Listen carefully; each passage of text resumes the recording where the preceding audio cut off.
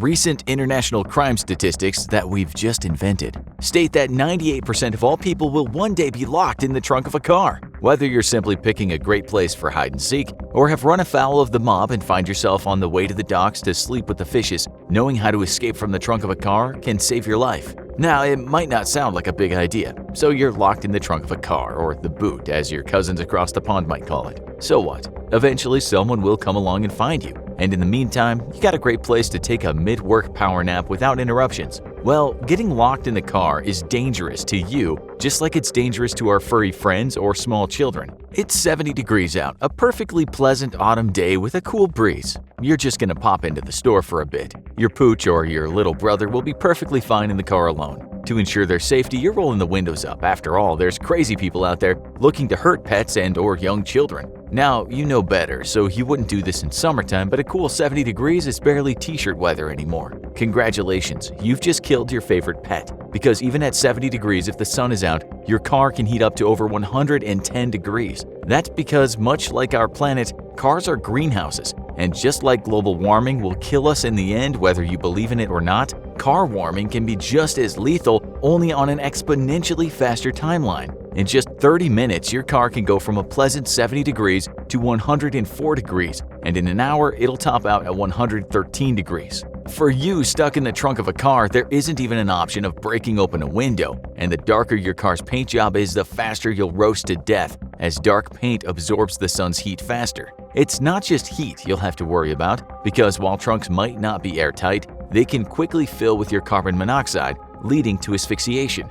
This was the fate of two small children on August 27, 2000, who climbed into the trunk of their mom's car along with their pet kitten and were found dead by their older sibling. Even more tragically, in 1998, 4 children died in one trunk incident when 2 boys aged 3 and 5 and 2 girls aged 2 and 6 all climbed into their family's car trunk after the father left it open while removing a dead battery. They quickly began to suffer from asphyxiation and heat exhaustion, and tragically the parents drove the car around for an hour with the children dying in the trunk as they desperately searched for them. So it's clear, car trunks are serious business, so you better know how to escape from one. But how? Odds are you're probably in luck nowadays if you get stuck in a trunk, as nearly every vehicle dating back to 2002 features a glow-in-the-dark handle that can be pulled for quick escape. These were installed in response to the growing rash of incidents of children getting accidentally locked in trunks, but also to help victims of kidnapping to free themselves. In Alabama in 2017, a woman escaped from the trunk of her car after being kidnapped.